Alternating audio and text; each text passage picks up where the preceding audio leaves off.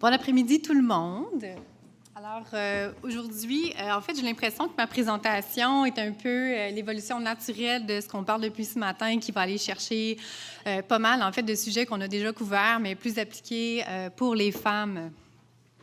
Donc, en fait, la clientèle, moi, initialement, avant de commencer à faire du VIH, mon gros dada, c'était la santé des femmes et le VPH, et surtout la santé génito-urinaire. Puis, les patientes que je suis sont différentes, par exemple, de ceux que le Dr de Pocomandi peut voir. J'ai plus des clientèles vulnérables, mais du côté travail du sexe et utilisation de drogues par injection. Donc, voici mes conflits d'intérêts. Les objectifs pour aujourd'hui, j'ai longtemps hésité à ajouter aussi la santé des femmes transgenres. Par contre, je ne suis définitivement pas la meilleure personne pour vous en parler aujourd'hui. Je préférais leur réserver leur propre place, leur propre moment. Donc, je me suis surtout concentrée sur les femmes cis. Donc, d'abord, on va dresser un portrait de la santé des femmes cis vivant avec le VIH. Ensuite, se familiariser avec les interactions entre la thérapie antirétrovirale et la contraception. Connaître les nouvelles données en grossesse. On a eu des données, des mises à jour cet été à Mexico. Et puis, discuter de pistes d'intervention clinique afin d'offrir une prise en charge optimale de la ménopause chez les femmes vivant avec le VIH, ce qui recoupe aussi la présentation qu'on vient d'avoir. Pour évoluer dans la présentation, j'ai décidé d'y aller un peu de manière chronologique. On va commencer avec un petit peu d'épidémiologie. Ensuite, on va se concentrer au niveau de la période de préménopause. On va faire un petit stop en grossesse. Bien sûr, moi, je ne fais pas de suivi de grossesse, donc c'est vraiment une petite partie que je vais réserver avec nos spécialistes à Sainte-Justine. Puis, on va finir avec un petit bloc sur la ménopause. Donc, un peu d'épidémiologie. Dans le fond, là, dans le monde, les femmes comptent pour la moitié des cas de VIH. Fait que quand on regarde nos études, où est-ce que c'est majoritairement des hommes blancs, homosexuels, les femmes sont moins considérées à l'intérieur. Donc, selon les projections de l'OMS en 2018, sur les 36,2 millions de cas, il y avait 18,8 millions de femmes. Oui, vous allez me dire, c'est pas la même population qu'ici, c'est pas les mêmes femmes. La majorité, c'est des femmes qui sont en Afrique subsaharienne. Mais somme toute, la place des femmes n'est pas à la hauteur de ce qu'elles représentent vraiment dans nos données. Au Canada, en 2017, on a eu 2402 nouveaux diagnostics. Puis, les femmes comptent toujours pour environ 22 à 25 des personnes vivant avec le VIH. Si on considère les contacts hétérosexuels parmi les gens nés au Canada ou qui viennent d'un pays où le VIH n'est pas endémique, ça représente 17,6 Puis si on regarde les personnes hétérosexuelles parmi les gens nés dans un pays où le VIH est endémique, ça compte pour 15 La majorité des femmes au Canada vont acquérir leur infection au VIH via des contacts sexuels. Puis dans un moindre nombre, ils vont l'acquérir lors de l'utilisation de drogues par injection. On peut se poser la question, est-ce que notre tableau est similaire aux États-Unis? Bien, si on regarde les données de 2016, aux États-Unis, les femmes comportaient 19 des nouveaux diagnostics de VIH. Et de ces diagnostics-là, il y en avait 87 qui étaient issus de contacts hétérosexuels, puis 12 qui étaient issus de l'utilisation de drogues par injection. Par catégorie d'exposition, en 2016, on en avait 27,3 qui étaient issus de l'utilisation de drogues par injection, 23,5 qui étaient des contacts hétérosexuels avec des gens provenant de régions endémiques au VIH, 18,5 de contacts hétérosexuels de personnes considérées à risque, 21,5 de contacts hétérosexuels dont on n'a pas identifié de facteurs de risque précisément. Puis il est à noter que ces cas-là n'incluent pas les femmes transgenres. Donc, on a très peu de données chez nos femmes transgenres. La répartition par âge est relativement importante, surtout de la manière que j'ai organisé la présentation aujourd'hui. Donc, les femmes de 30 à 39 ans comptent pour 31,8 des femmes vivant avec le VIH. Donc, les bandes rouges, c'est les bandes qui concernent les femmes, les bandes bleues, les bandes qui concernent les hommes.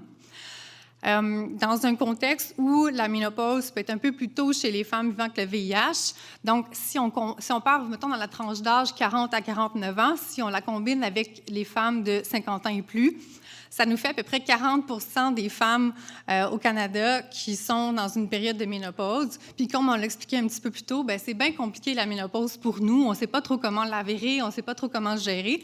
Mais j'ai des petites nouvelles. Même dans nos guides de pratique, il n'y a pas vraiment rien qui concerne la ménopause puis les femmes vivant avec le VIH. Fait qu'on est un petit peu dans le néant actuellement. Plus précisément, au Québec, en 2017, on a eu 343 nouveaux diagnostics.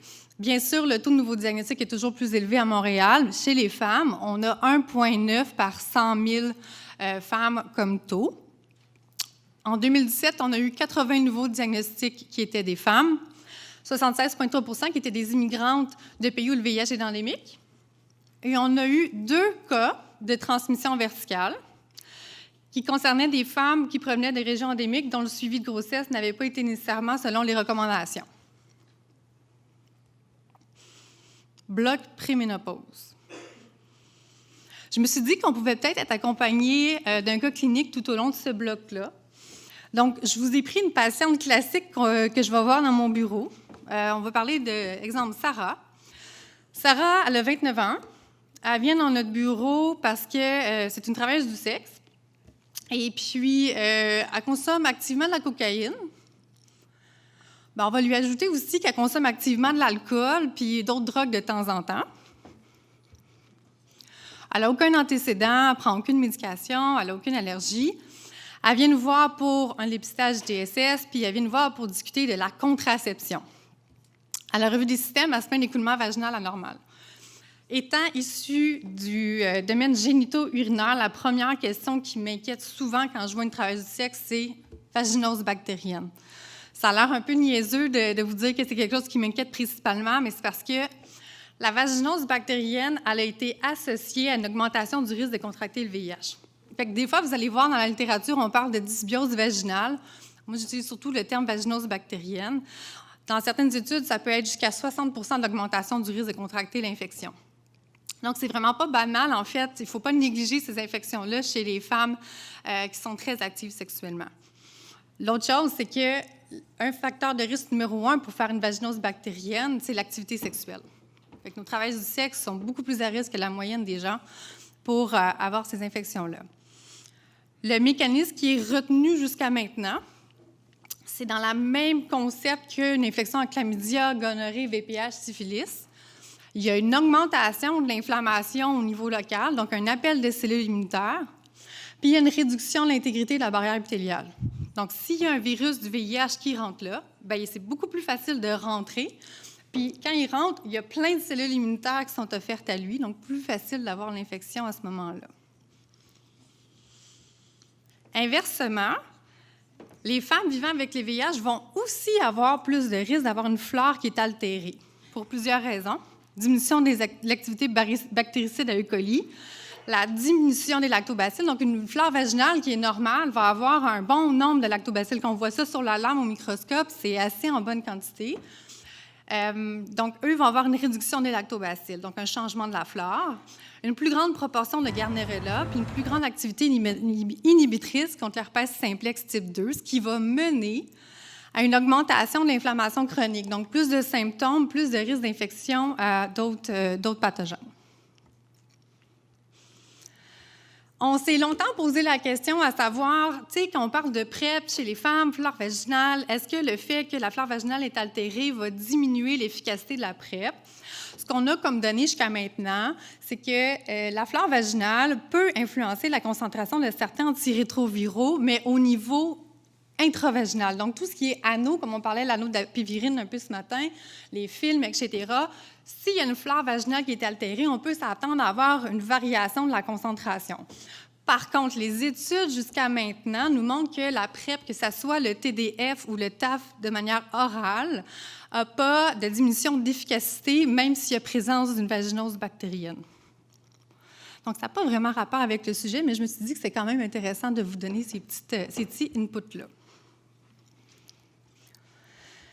Si on revient au cas de Sarah, donc on l'a dépisté, on a fait notre counseling pré-test. Bien, elle a une vaginose bactérienne, effectivement. Elle a une infection à gonorrhée aux 3 sites. Son VIH est positif. Est immunisée pour l'hépatite B. Puis elle a un test de grossesse négatif. Elle veut absolument aucune grossesse. Il n'y a rien qui nous indique qu'à court terme, elle va vouloir tomber enceinte. On lui fait son bilan VIH initial, dont le HLA B5701 qui est négatif. Et la première question qu'on va commencer à se poser au niveau de son VIH, c'est qu'est-ce qu'on lui donne? Est-ce qu'il y a une différence au niveau de l'efficacité de la thérapie antirétrovirale entre les femmes et les hommes? À l'heure actuelle, les études n'ont pas démontré qu'il y avait une différence d'efficacité significative qui pouvait plus promouvoir l'utilisation d'un antirétroviral chez les femmes versus les hommes. Oui, bien sûr, il y a une différence au niveau de la pharmacocinétique, la composition corporelle n'est pas la même, le poids n'est pas la même, mais par contre, il n'y a pas assez de données pour qu'on puisse préconiser l'utilisation spécifique chez les femmes d'une thérapie antirétrovirale. Est-ce qu'il y a plus de risques d'avoir des effets secondaires? Donc, en gros, ce qu'on sait, c'est qu'au niveau de l'hypoatrophie, l'hypodystrophie, les femmes sont moins susceptibles que les hommes d'avoir une diminution de la graisse au niveau des membres. Mais ce qui flash tout le temps, c'est la densité minérale osseuse. Ça, c'est normal. Je pense que ça tombait sous le sens de s'attendre à ce que les femmes étaient plus à risque d'avoir une diminution de la densité minérale osseuse. Donc, quand on a un régime à base de tenofovir disoproxyl ou d'un inhibiteur de protéase qui est boosté par le ritonavir, il faut penser une hausse de fréquence en termes d'ostéopénie, ostéoporose et fracture. Somme toute, on va toujours considérer les femmes et les hommes sur le même pied d'égalité par rapport aux recommandations de première ligne. Donc, je vous ai sorti, en fait, le guide québécois que je vais vous moduler parce que je sais que Dr. Barry vous en a parlé ce matin. Donc, dans le fond, selon le guide québécois, le cas de Sarah, femme de 29 ans, qui ne prend pas de médication, on pourrait lui donner une combinaison de 2 inhibiteurs nucléosidiques ou nucléotidiques de la transcriptase inverse, soit la combinaison abacavir-lamivudine, le tenofovir alafénamide anthracistabine, le tenofovir disoproxyl anthracistabine. Puis on lui rajoute un 3e agent qui peut être le dolutegravir boosté avec le cobicistor, altegravir, elpivirine et darunavir boosté au ritonavir. Puis je vais rajouter le bictegravir qui n'est pas dans la recommandation officielle, mais qui est dans la liste des médicaments ajoutés cette année là, dans le guide. Donc, chez elle, après avoir un peu considéré ce que je vous avais dit par rapport à la densité minérale osseuse, on peut peaufiner un petit peu plus notre thérapie chez Sarah. Donc, on va essayer d'éviter le plus possible le tenofovir disoproxyl. Donc, on peut opter soit pour une combinaison abacavir-lamivudine ou tenofovir alafénamide et anthracistabine.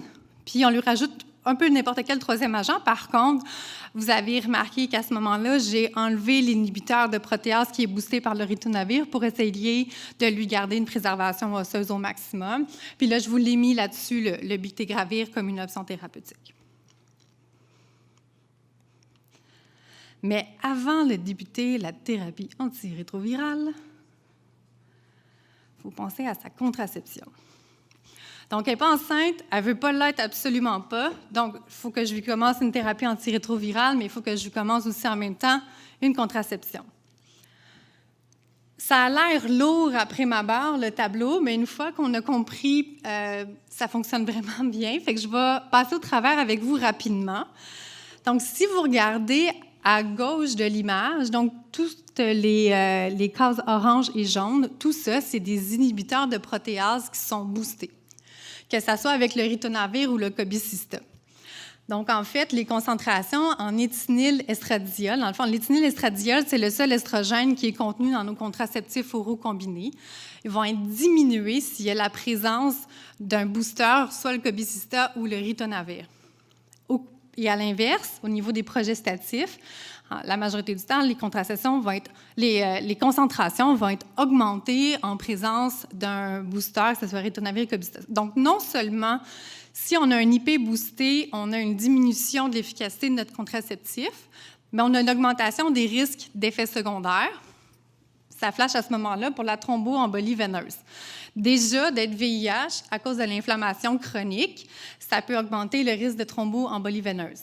Donc, si on ajoute une augmentation de la concentration de progestatifs, bien, on augmente encore plus notre risque à ce moment-là.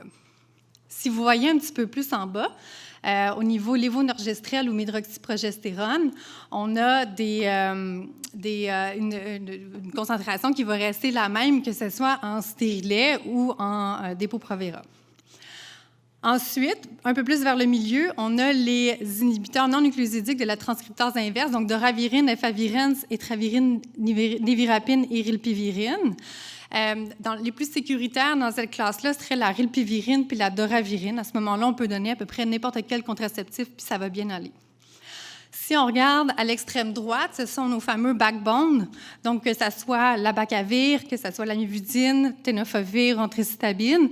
Donc, il y a toujours une belle stabilité des concentrations, on n'a pas à s'inquiéter. Et finalement, notre classe Big Star, c'est les inhibiteurs de l'intégrase, que ce soit raltegravir, dolutegravir ou bictegravir, il n'y a pas de booster, on n'a pas à s'inquiéter. Mais si on a l'elvitegravir qui est boosté avec le cobicistan, on a les mêmes problèmes qu'avec nos inhibiteurs de protéase. Donc, tout ça pour dire, en fait, qu'en tout temps, on a deux options de contraception qui sont bonnes dans toutes les classes, peu importe qu'il y ait un booster ou pas. C'est soit le dispositif intra-utérin ou l'injection intramusculaire.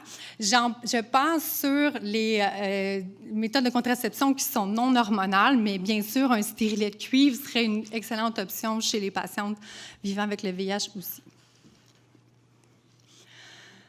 Faites juste vous dire que s'il y a du ritonavir, cobicistat ou un inhibiteur non nucléosidique, la transcriptase inverse, il y a des interactions. Avec ça, vous allez être capable de pas mal vous orienter dans tout le counseling contraception. Fait que si on revient à Sarah, qui est partie avec sa thérapie antirétrovirale, qui est partie avec sa contraception, qui va super bien, ça fait des années qu'on la suit, stable, elle a cessé de consommer, elle a cessé de la prostitution. Elle rencontre le partenaire de sa vie, elle vient vous voir parce qu'elle a désir tomber enceinte. Fait qu'on change complètement d'algorithme à ce moment-là parce que ce qu'on vise, c'est plus tant la protection de ses os ou éviter les interactions avec les contraceptifs, mais bien, qu'est-ce qu'on fait quand une femme veut tomber enceinte? Fait qu'aux États-Unis, on estime qu'il y a environ 8500 femmes vivant avec le VIH qui vont accoucher annuellement. Puis avec toutes les techniques qu'on a pour prévenir la transmission verticale, on atteint des taux extrêmement bas, moins de 2 %. Même au Québec, on peut dire moins de 1 %. Le counseling de base demeure toujours le même. C'est juste que nos femmes vivant avec le VIH, en général, vont avoir plus de facteurs de risque pour avoir des effets sur la grossesse, que ce soit consommation d'alcool, tabagisme, troubles liés à l'utilisation de substances. Donc, à ce moment-là, ça inclut aussi d'investiguer s'il y a des thérapies paragonistes ou des thérapies de remplacement qui sont disponibles et leur offrir. L'acide folique. Le VIH ne cause pas une augmentation d'anomalies du tube neural. Donc, la recommandation de base demeure toujours d'avoir l'acide folique comme dans la population générale. Bien sûr, à partir de là, on va opter pour une thérapie antirétrovirale qui est moins tératogène versus, au début, ce qu'on essayait de donner, c'était, selon les recommandations, qu'est-ce qu'on peut lui offrir. Puis, bien sûr, on vise une suppression virologique avant la conception et le dépistage des ITSS en conséquence. Donc, on change d'algorithme, on change de recommandation. Je me suis toujours fiée au guide québécois que vous pouvez vous référer facilement en ligne. Si on regarde nos inhibiteurs de la transcriptase inverse, on a un tableau un petit peu plus différent. La manière que le guide québécois fonctionne, c'est qu'il se fie à deux institutions qui font leurs recommandations, que ce soit la SOGC ou le DHHS qui est américain. Donc, si on se fie à la SOGC, les seules combinaisons disponibles seraient la zidovudine et l'amivudine. Et si on regarde le DHHS, il nous donne un petit peu plus de lousse. Donc, ça peut être la zidovudine, l'amivudine, l'abacavir, l'amivudine, ou le tenofovir disoproxyl, antricitabine. Et idéalement, dans le guide, on recommande un inhibiteur de protéase qui est boosté. Donc, selon la SOGC, c'est le lopinavir boosté. Et puis, le DHHS, eux, c'est 2 autres molécules complètement, la tazanavir ou le darunavir. Le DHHS rajoute aussi dans les options thérapeutiques qui ne sont pas nommées en première ligne dans le guide québécois, qui peuvent être l'efavirenz, la rilpivirine et le raltegravir. Pourquoi est-ce qu'il y a autant de différences dans les guides? En fait, les guides ont toujours des dates de parution qui ne sont pas les mêmes, il y a toujours des mises à jour qui sont faites différentes. Donc, des fois, il y a une molécule qu'on n'était pas trop certain, qu'on ne voulait pas trop recommander en grossesse, mais avec les données qui s'accumulent régulièrement, on est capable de faire changer de classe les médicaments. Un des registres les plus importants à laquelle je me réfère systématiquement en femmes qui désirent tomber enceinte, c'est le registre des grossesses sous antirétroviraux. Ce registre-là a été créé en 1990. C'était pour faire le suivi des grossesses sous la zidovudine. C'est un registre qui est dépendant complètement des cliniciens. Donc, il appartient qu'à nous, les cliniciens, quand on identifie une femme enceinte sous antirétroviraux, de remplir le formulaire de déclaration et de le renvoyer. Si on ne fait pas ça, on ne sera pas capable d'atteindre des nombres suffisants d'exposition à la molécule pour pouvoir établir son risque ou sa sécurité en grossesse. Donc, vous avez toutes les coordonnées là. Numéro de téléphone, numéro de fax, le email, le website, tout est là. Ça vaut vraiment la peine. On est responsable de le mettre à jour, nous, les cliniciens. La manière qui fonctionne pour nous faire des recommandations, à savoir si la molécule est sécuritaire ou pas, c'est le nombre d'expositions qu'ils ont eu. Est-ce qu'il est suffisant pour permettre d'exclure une augmentation de l'anomalie par rapport à la base? Donc, quand on a un défaut congénital qui est relativement fréquent, exemple une incidence de 3 pour exclure une multiplication par 2 du risque, on a besoin de 200 expositions.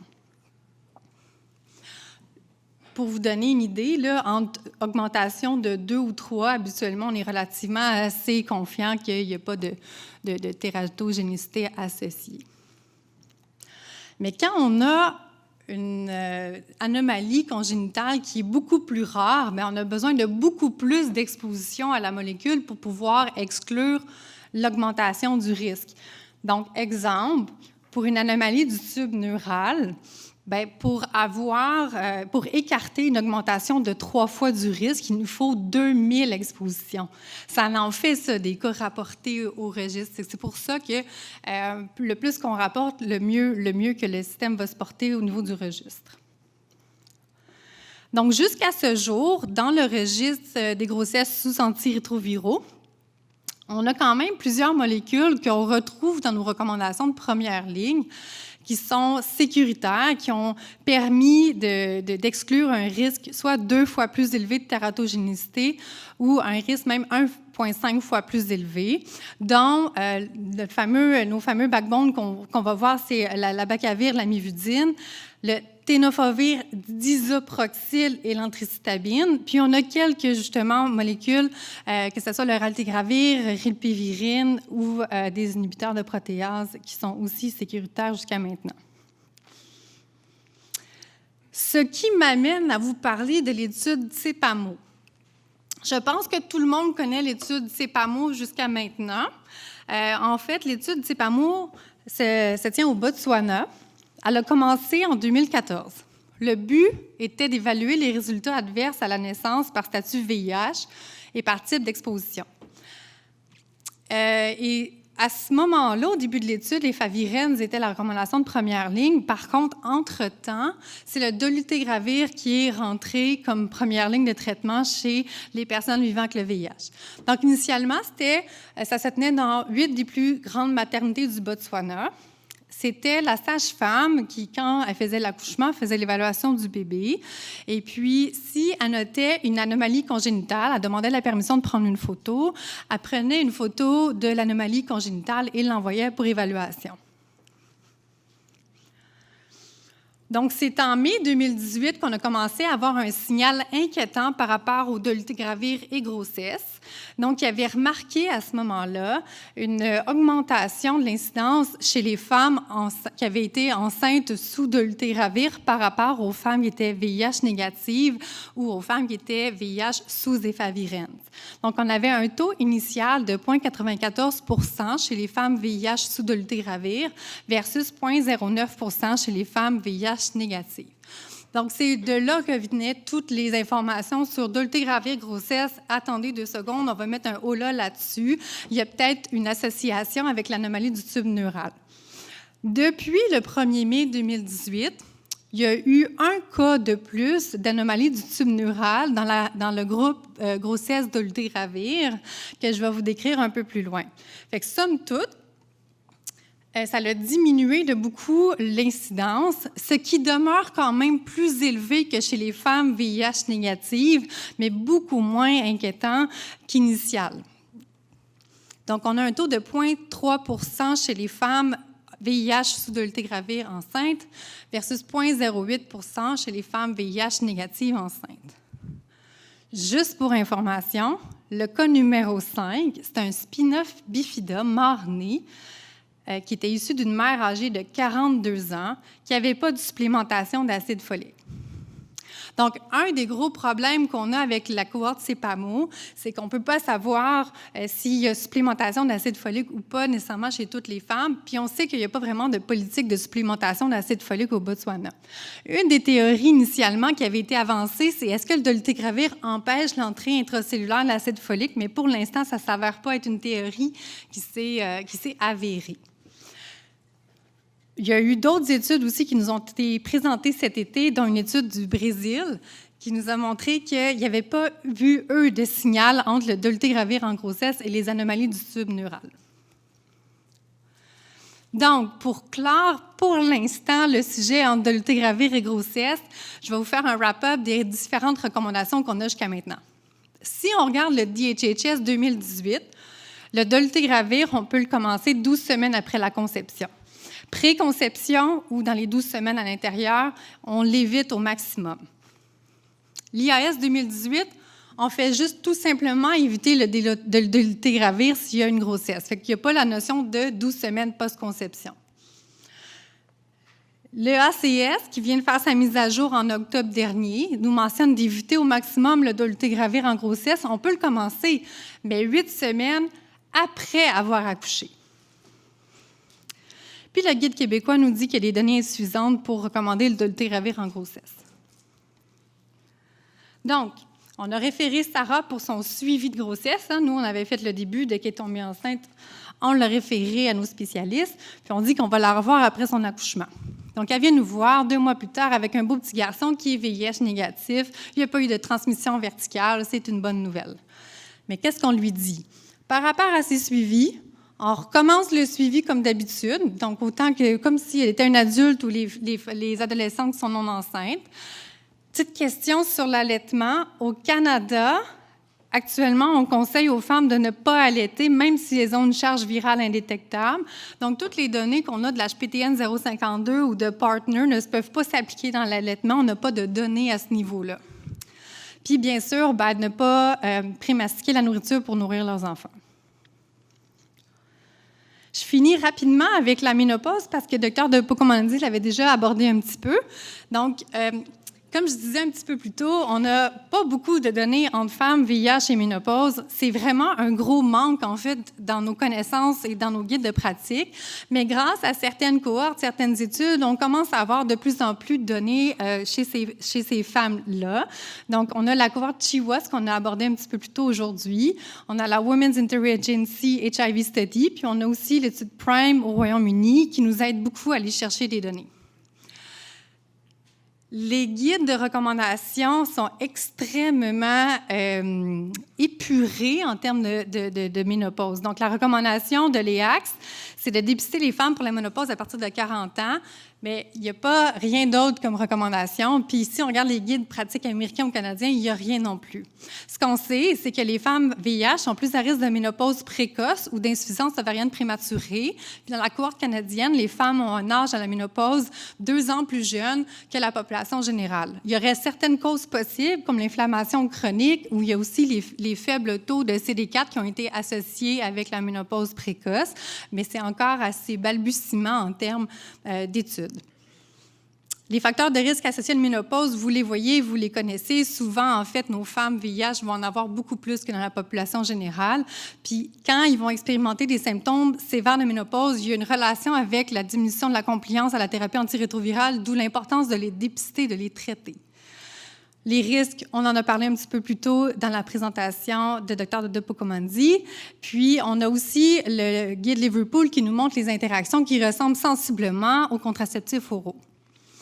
Je vais finir juste la présentation aujourd'hui en vous mentionnant faisant un petit clin d'œil par rapport au dépistage d'énoplasie. Donc, le pap test, il est fait annuellement chez les femmes vivant avec le VIH, puis on réfère en colposcopie dès qu'on a un ascus ou plus. Et s'il y a une histoire de conditions manogénitaux ou un antécédent de dysplasie du col de l'utérus, on va faire un examen visuel annuel, plus ou moins toucher rectal. Le pap test anal, on n'en parle toujours pas. On n'a encore pas assez de données pour pouvoir s'aventurer de manière sécuritaire. Par rapport au sein, on avait déjà parlé dans la présentation précédente. Donc voilà.